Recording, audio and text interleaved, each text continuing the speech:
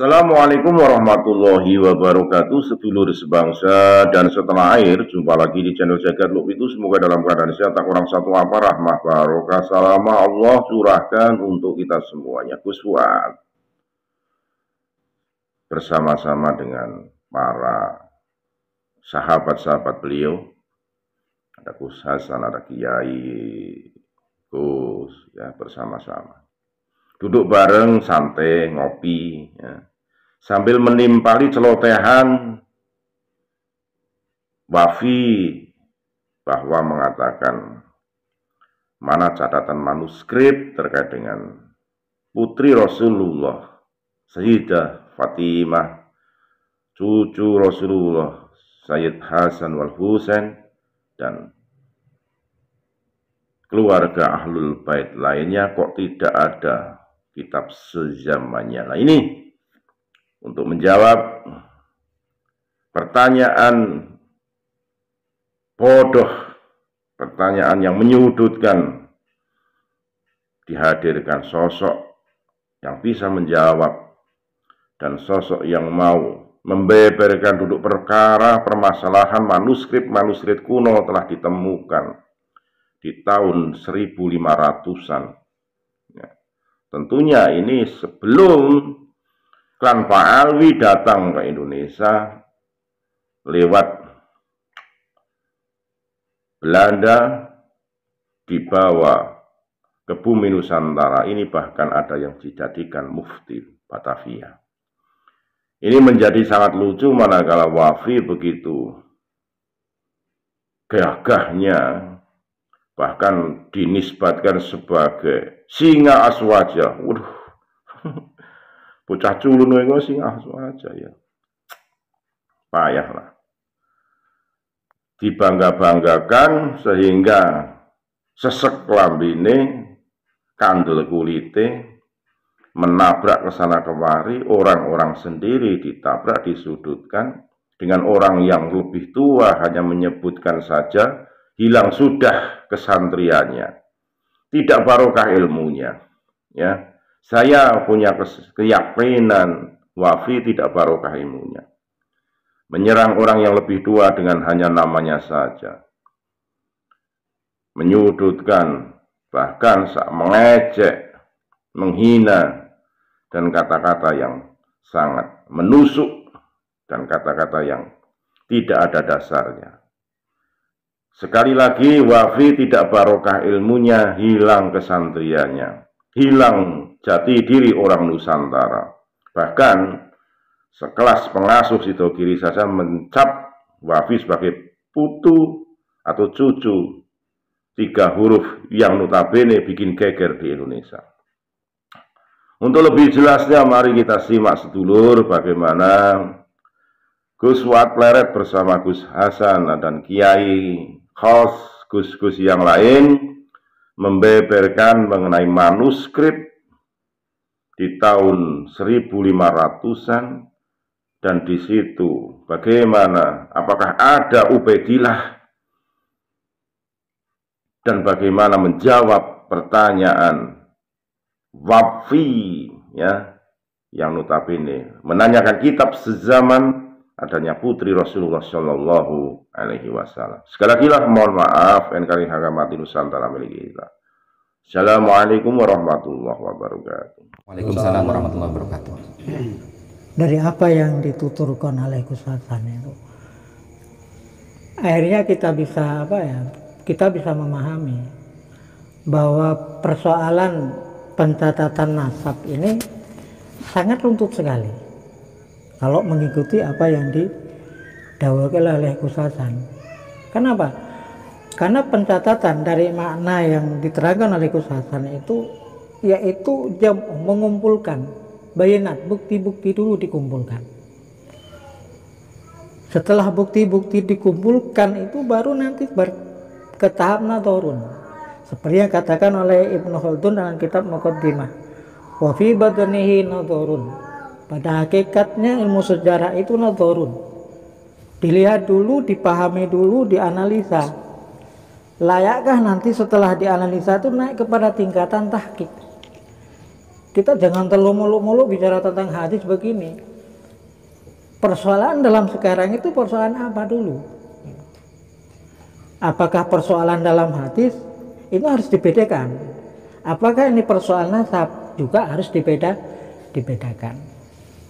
Nah, ketika dalam Nadharun ini kata Ibnu Khaldun ini, ketika dianalisa baik itu catatannya, tahunnya, tahun berapa, bulan berapa, tanggal berapa, kalau sinkron semuanya dan sareh, barulah naik ke tingkat tahqiq, tingkat verifikasi.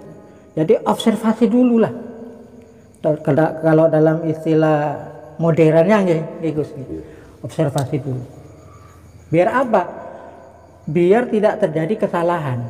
Ini kalau mengikuti dari kitab Al-Kafi.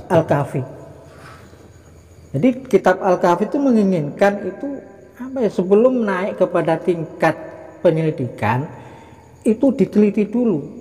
Karena dalam observasi ini kan kita mengenal salah dan benarnya. Apakah tahunnya benar atau ada sinkronisasi. Kalau itu nanti istilahnya itu yang kita kumpulkan datanya itu berbagai macam sumber. Misalnya meninggalnya si A tahun 1700. Tetapi di kitab yang lain tahun 1751.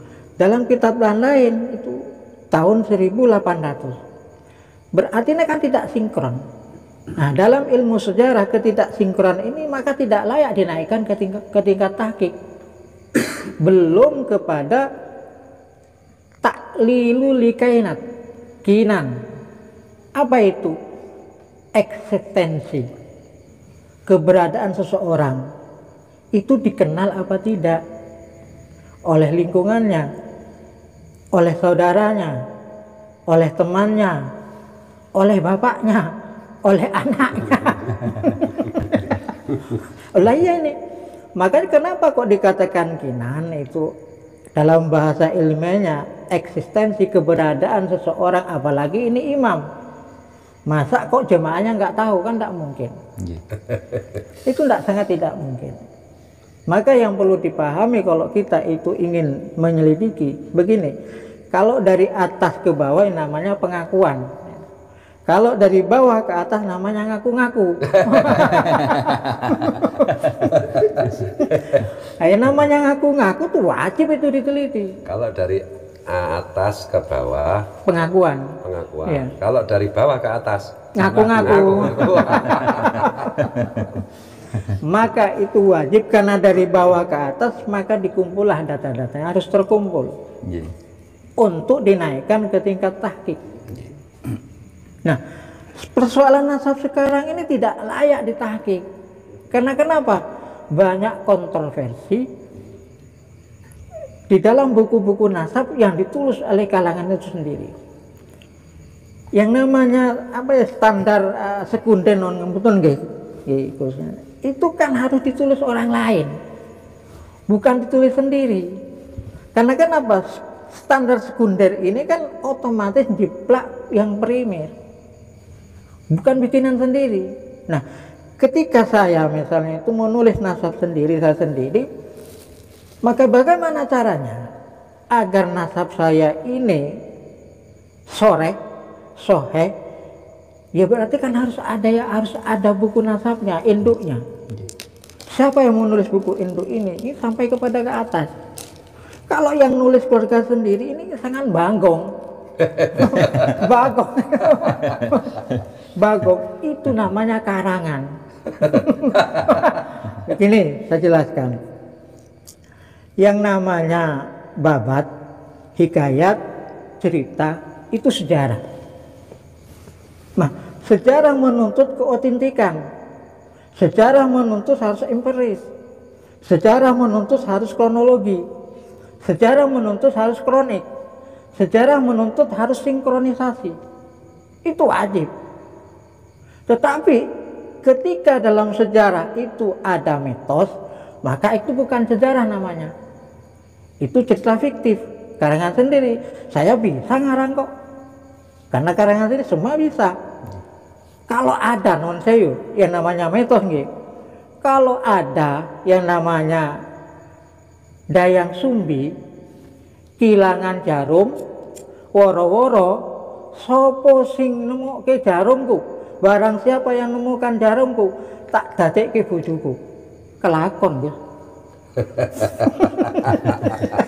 Kelakon sik nemuke sinten?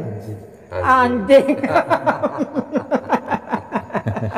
Jadi memang sangat sekali. Kita harus hati-hati ketika kita mau meneliti nasab seseorang, apalagi nasabnya sendiri, itu harus hati-hati.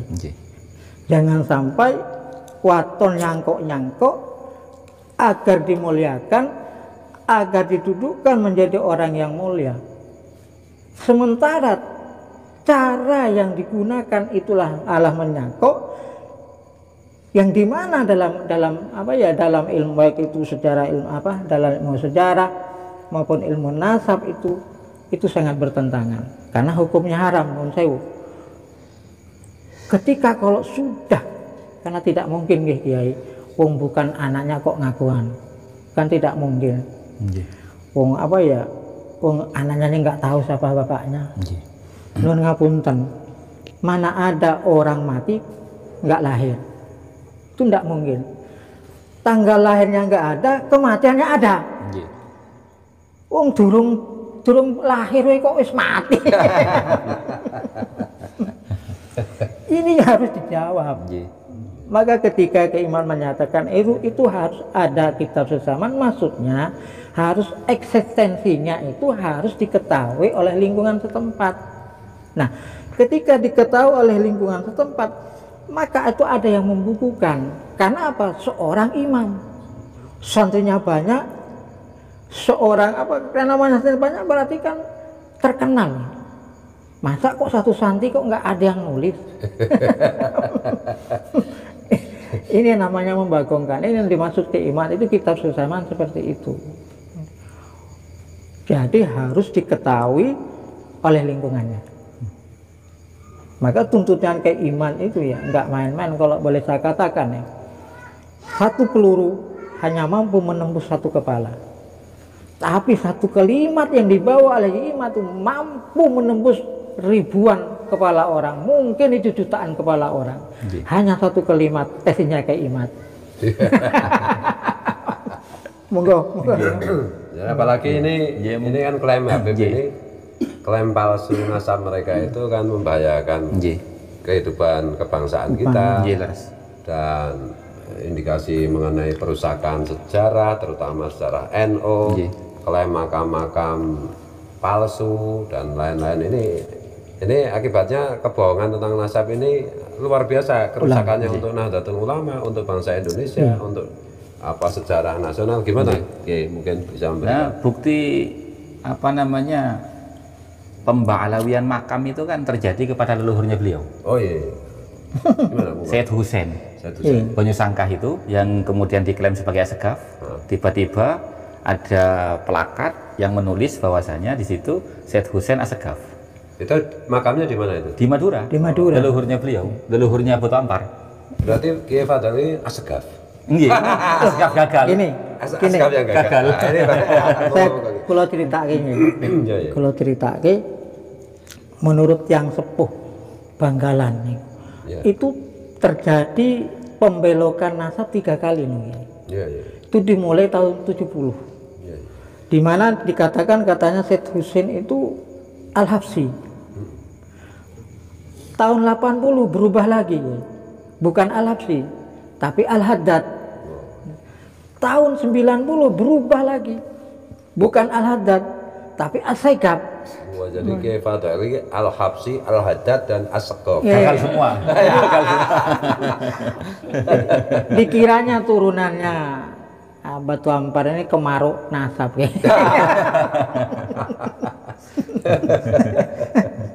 Nah, dari situ aja sudah jelas itu ada permainan. Jadi kalau saya katakan itu dimulai dari permainan nyoba-nyoba kalau dinamakan Al-Habsyi ini apa itu nanti gempar apa tidak. Terus yang kedua, karena Al-Habsyi itu tidak gempar, dirubah menjadi Al-Haddad. Karena non ngapunten Ibnu Al-Haddad niku terkenal lewat ratibnya, yang sekarang malah justru dituntut, yang katanya ratib Ar-Rifai. Ar-Rifai malah membangkongkan lagi. Al-Haddadnya sendiri ternyata pemalsu. Terus dirubah lagi menjadi As-Saigab. Runtuh tiga-tiganya sekarang. Kenapa? Dirontokkan oleh kiai-kiai ulama, dikembalikan kepada nama aslinya. Termasuk putranya Syekh Abdurrahman Birah pucuk Birah niku yang di As-Saigaban. Nggih, di As-Saigab. Abdurrahman bin Husain bin Pangeran Bonang Assegaf. Itu makamnya di mana?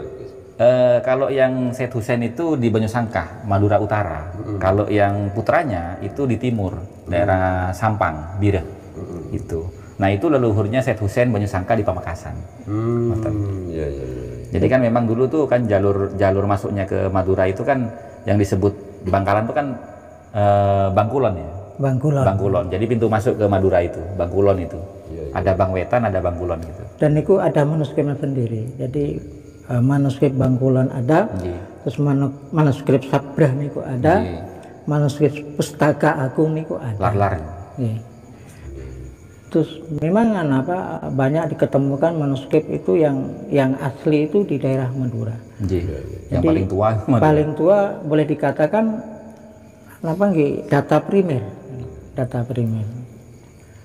Jadi kalau ulama-ulama Madura itu turun-temurun memang warisi manuskrip, catatan-catatan termasuk catatan nasab ya, ya lengkap gitu ya. Kalau bahkan mungkin paling lengkap ya. Tapi kenyataannya kenapa ada oknum orang yang ngaku orang Madura, tapi masih saja membela pemalsu nasab, pembegal nasab, yaitu kaum Habib Ba'alwi. Ini gimana ini menurut Kiai Fadhel yang sudah tinggal di Jogja lebih dari 30 tahun? Gimana menurut panjenengan? Jadi memang untuk mengembalikan posisi semula niku memang agak susah. Karena sudah batut salah tempat. Sudah batut salah menempatkan kecintaannya.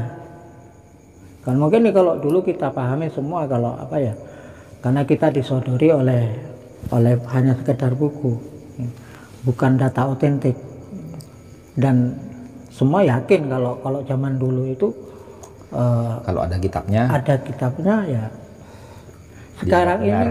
Sekarang kan begini persoalannya Kiai. Sekarang ini data otentik ditabrak oleh opini, narasi. Jadi pemba'alawian itu bagi saya itu sebuah penjajahan modern di mana tujuannya ya cuan. Nah, saya malah tertarik begini Kiai. Ada dalam dunia ilmiah kita mengenal yang namanya gaslighting sama playing victim. Nah, metode inilah yang dipakai. Jadi sebagai gaslighting sebagai kontrol hukum untuk mengontrol orang-orang pribumi. Dan disitulah doktrin-doktrin itu mulai ditekankan. Otomatis nggak main-main. Nah, bagaimana caranya? Mainlah playing victim. Pemutar balikkan fakta. Semua diputar balik. Mulai dari sejarah kebangsaan diputar balik sampai makam pun juga diobok-obok, dibalik-balik. Akibatnya apa yang terjadi? Tentu tujuannya apa? Ya ingin menguasai bangsa ini. Tidak ada lain. Kenapa kok saya katakan ini ingin menguasai bangsa ini? Karena mulai dari awal dengan merubah sejarah yang katanya bendera itu yang nganus si Habib Syiah, terus lagu 17 Agustus mungkin itu ya. Garuda Pancasila itu yang oknum Habib, terus Pramuka oknum Habib, terus Pancasila oknum Habib. Yang nyuruh bikin NU juga Habib. Yang nyuruh bikin NU Habib. Yang nyuruh kemerdekaan juga Habib. Sampai Muhammadiyah juga dihabibkan.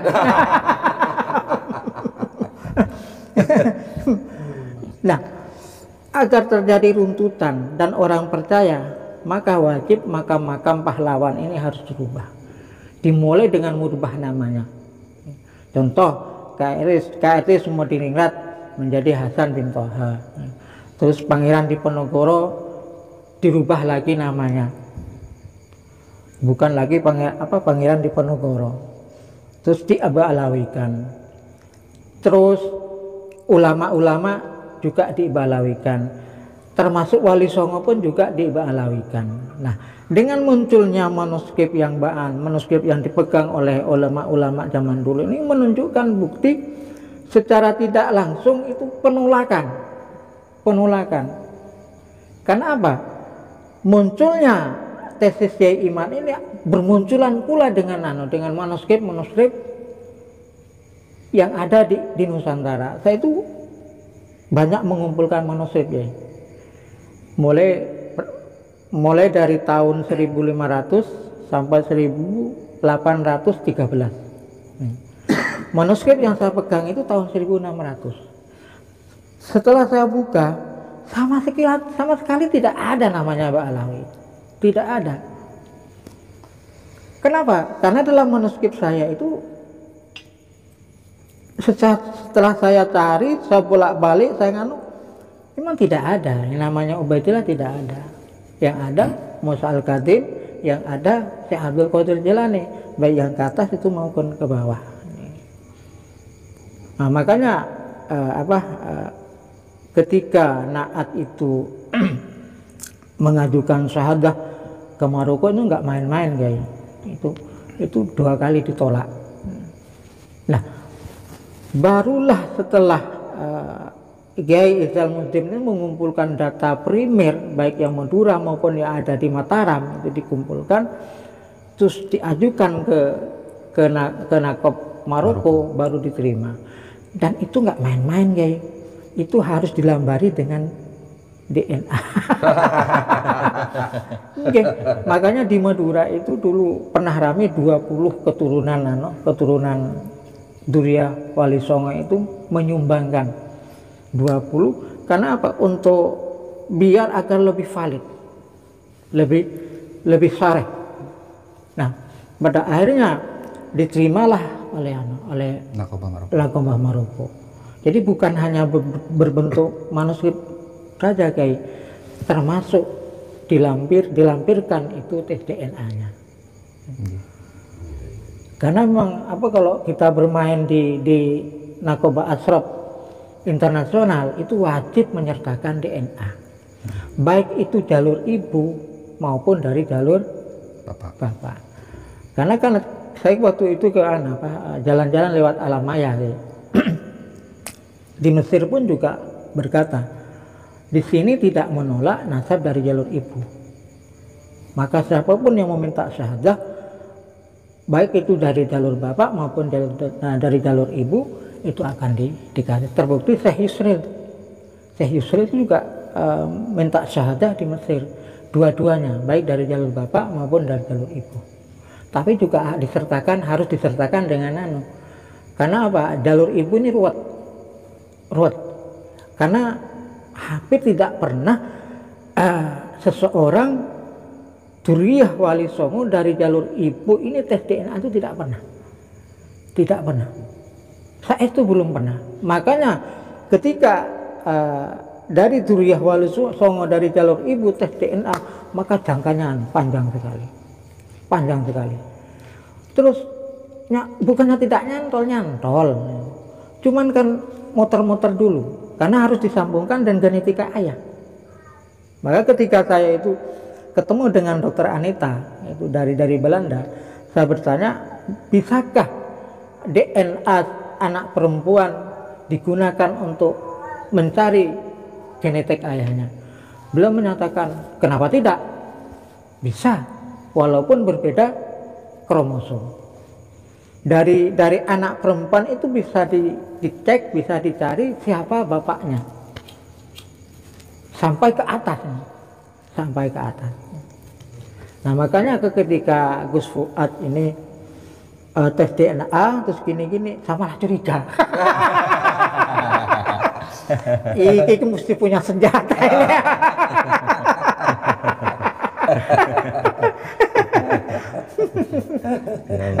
Aku kok dilawan.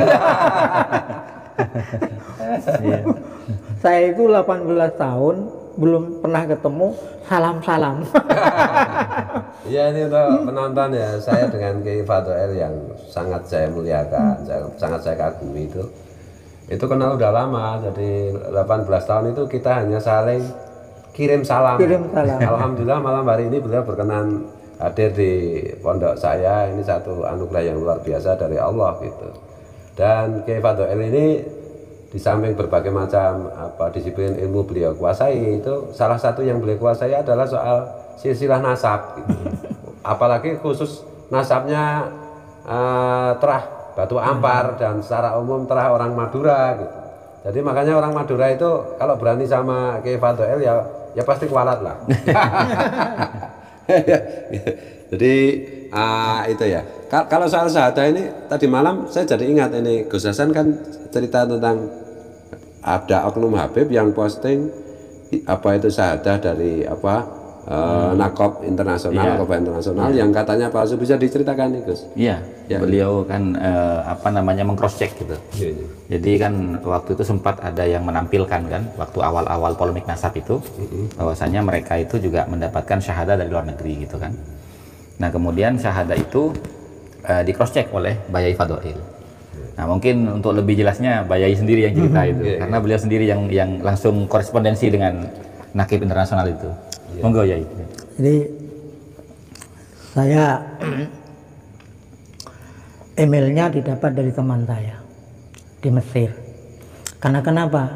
Di dunia maya itu begitu banyak nakob palsu. Dan itu mensyahadah. Tiap hari bisa nyampe 10, 20. Luar biasa. Padahal minta syahadah ke nakob itu nggak main-main.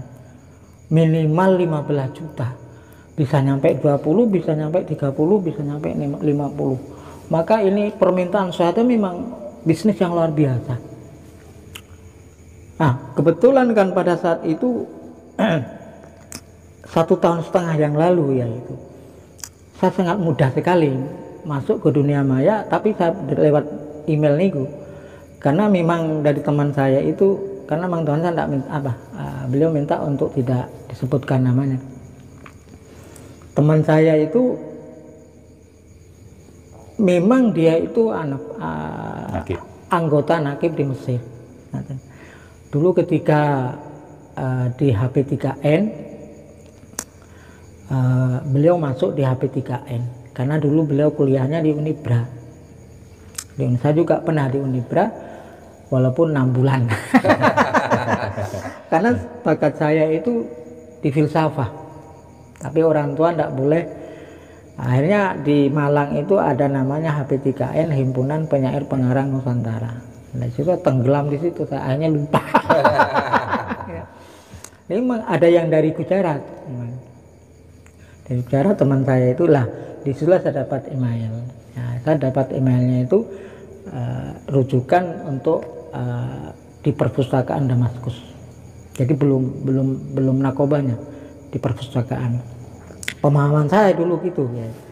Namanya perpustakaan berarti ini bukan nakobah. Tapi ini sangat penting sekali karena beliau menyatakan disitulah terkumpul catatan-catatan nasab seluruh Indonesia.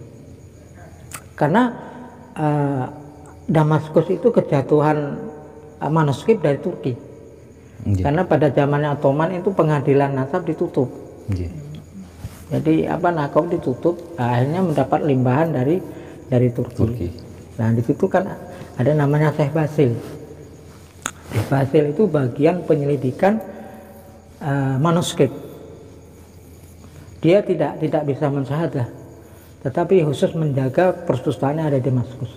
Jadi barang siapa yang minta syahadat itu yang meliti Syekh Basil.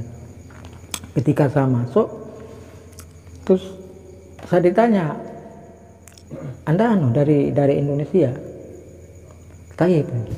Saya bilang, oh na'am. Ini saya tunjukkan sudah 1 bulan yang lalu ini Nakop Suriah Damaskus mengeluarkan telegram surat untuk semua Nakop yang ada di dunia tentang pembatalan Sayyidus Syarif. Ada tulisannya guys, Sayyidus Syarif. Nggak usah disebutkan gitu. Enggak. Ya. Nanti kena. Enggak, aja. Ini rahasia. Mardud. Ya. Itu tertulis matrud bitasawir. Apa maksudnya itu? Setelah saya gaduhkan antara matrud dengan bitasawir, maka tidak boleh dia itu memakai gelar Sayyid dan Syarif. Karena apa? Pembohong dan pendusta.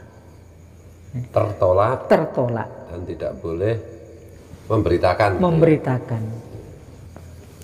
Nah, di situ saya dikasih fotonya, tapi foto yang sudah dicentang, sudah disilang. Di situ tertulis Indonesia, Jakarta. Nah, karena ini sebuah karena ini sebuah berita yang luar biasa yang dimanapun tidak pernah ada yang tahu. Saya minta izin untuk dibawa ke Indonesia. Beliau memperbolehkan. Pada akhirnya saya nggak saya sebar guys, cuman nggak seroban. Karena terbukti surat telegram dari Damaskus ini ditujukan untuk seluruh dunia dan stempelnya pun juga stempel seluruh dunia. Nah, itu awal mulanya. Nah, ada yang aneh. Kalau saya masuk ke nakib itu pertanyaan cuman satu. Ya saya, ya memang kalau harus muliakan. Ya saya itu Syekh Al-Karim di Indonesia ini. Sekarang ini terjadi perdebatan, bukan nasab ya, perdebatan mana yang sahih makamnya Imam Ahmad, apa di Husaisah, apa itu ada di Basrah atau di Madinatul Najab, di kota Najab. Kalau jawabannya yang sahih ada di Basrah, Irak, berarti itu anggota Nakop yang benar. Tapi ketika dia menjawab yang benar itu ada di Husaisah, pasti itu nakopnya abal-abal.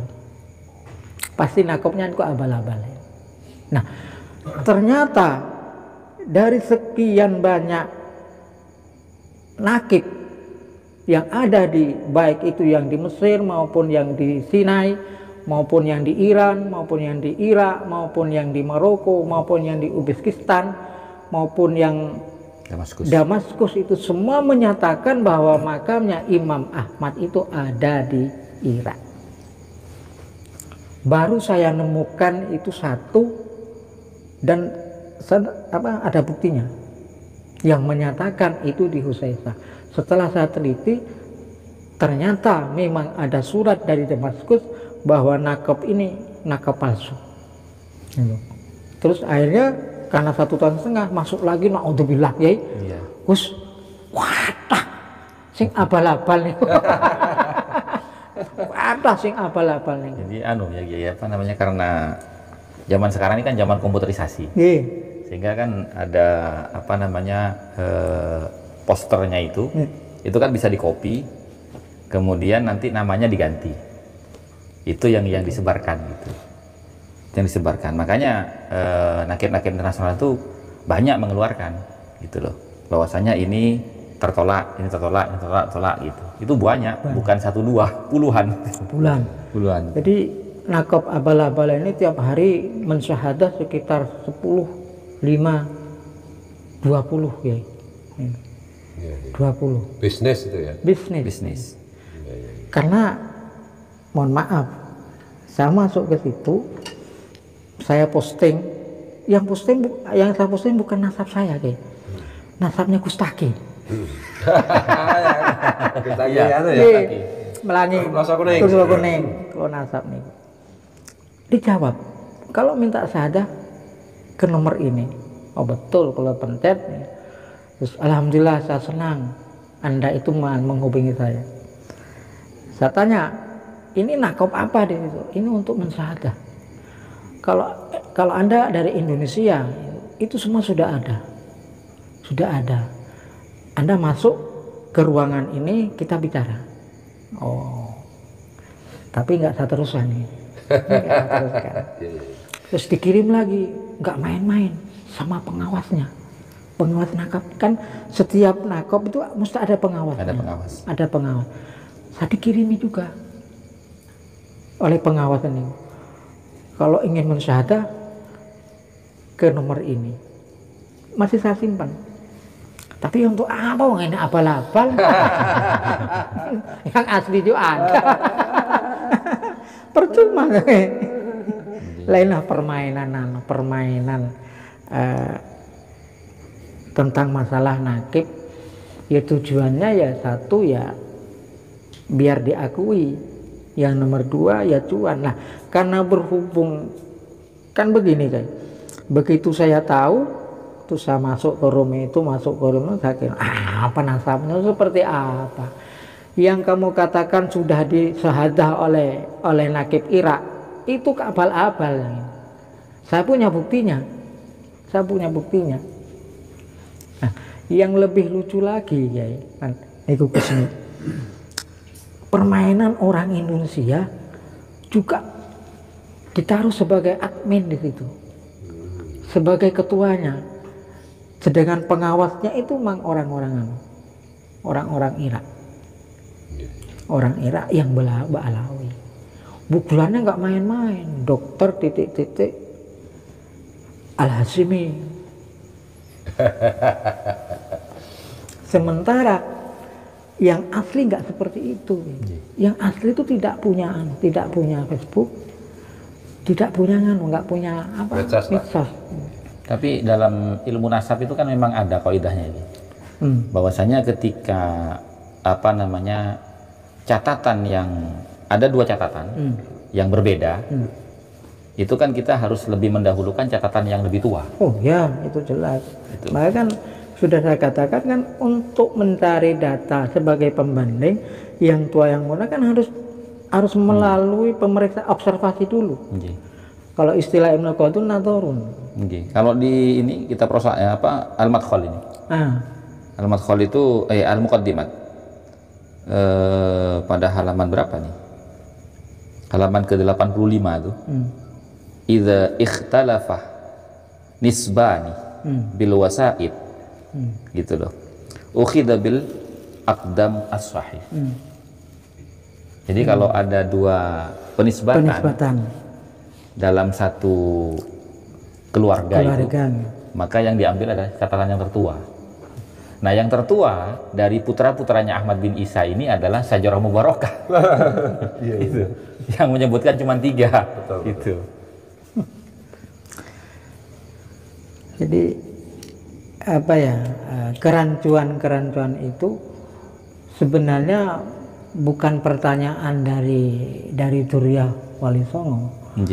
Pertanyaan dari kelompok itu sendiri. Pertanyaan di kelompok itu sendiri karena tidak ada bukti, akhirnya apa? Berubah-ubah. Coba itu ada bukti yang sareh itu, tentunya tidak akan merubah-rubah, karena manuskrip itu tidak boleh dirubah-rubah. Maka ketika ada taklih menyatakan itu ditulis ba'da 1251, tapi begitu ditahqiq berubah lagi, bukan 1251 Hijriah, tapi 1257 kalau nggak salah. Syamsul Hira itu. Maka itu sudah terjadi kerancuan. Lah mau ditahqiq bagaimana wong itu sudah tahunnya aja udah rantu. Maka itu tidak layak ditahqiq. Nah, karena kenapa? Kalau dipaksakan, maka yang akan dipertanyakan eksistensinya, keberadaan dari keaslian kitab itu. Nah, kalau sudah dipertanyakan keasliannya, maka catatan-catatan yang ada dalam kitab Syamsud Dhahiru ini palsu. Kalau sampai tidak bisa menjawab. Karena apa? Niku dari bawah, ya. Bukan dari atas. Sementara kenapa kok saya katakan dari bawah? dari atas tidak diketemukan catatan-catatan sejarah, baik Ubaidillah yang mencatat sendiri maupun Alwi yang mencatat sendiri. Sekarang kan Ubaidillah nih diketahui meninggalnya, tapi tidak diketahui lahirnya. Alwi, Habib Alwi diketahui meninggalnya, tidak diketahui kelahirannya. Habib Muhammad bin Alwi bin Ubaidillah belas, tidak tercatat kelahirannya, tidak tercatat kematiannya.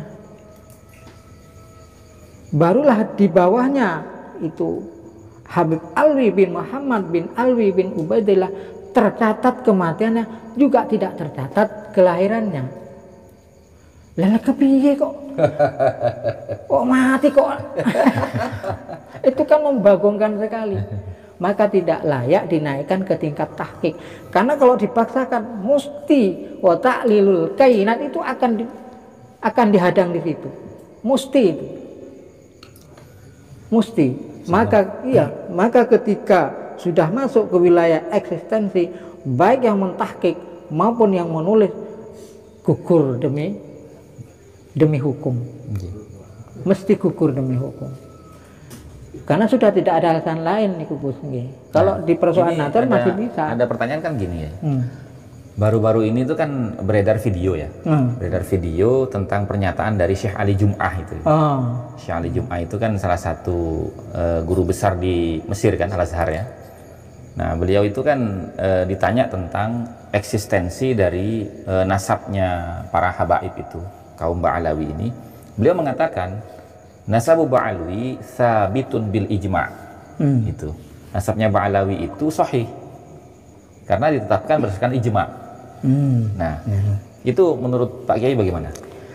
Kalau itu nasabun bil ijma' ditetapkan berdasarkan ijma' kesohihan dari nasab Ba'alawi, maka yang saya pertanyakan ijma' tahun berapa? Dan dari siapa itu? Dari siapa? Apakah itu tahun ketika meninggalnya Imam Ubaidillah? Apakah tahun ketika meninggalnya Imam Ali? Apakah tahun ketika meninggalnya Habib Muhammad? Apakah tahun ketika meninggalnya Habib Alwi? Apakah tahun ketika meninggalnya Khalid Qasam? Apakah tahun ketika meninggalnya Fakil Muqaddam? Dan seterusnya. Nah, ketika ini ijma yang menetapkan di golongan itu sendiri, itu bukan ijma. Ngaku-ngaku. Karena aku nggak ada ngedikongatan nih. Maka ikut ginilah. Ini masalah nasab itu mau dipersoalkan di bab apa? Di fan apa? Karena masing-masing fan itu punya anunya sendiri, punya kaidah sendiri.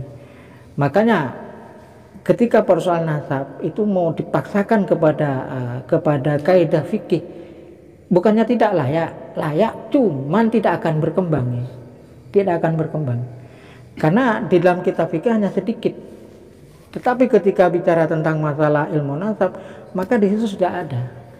Maka kenapa Syekh Hazimi peletak pertama ilmu nasab ini sangat hati-hati. Maka yang diminta adalah kejujuran, keikhlasan, ketakwaan. Maka kenapa? Di situ menyatakan siapapun bisa merubah atau memalsukan catatan nasab seseorang ketika seseorang itu tidak jujur. Ketika seseorang itu tidak bertakwa. Ketika seseorang itu punya niat tidak baik. Maka itu persoalan ini itu bisa diteliti lagi. Ditolak apa tidak itu tergantung publikasinya dia, pengakuannya dia.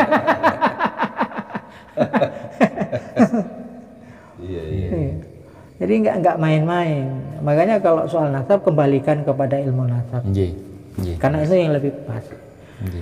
Kalau itu soal sejarah, terus dalam sejarah pun ketika menceritakan nasab wajib harus mengambil kitab nasab.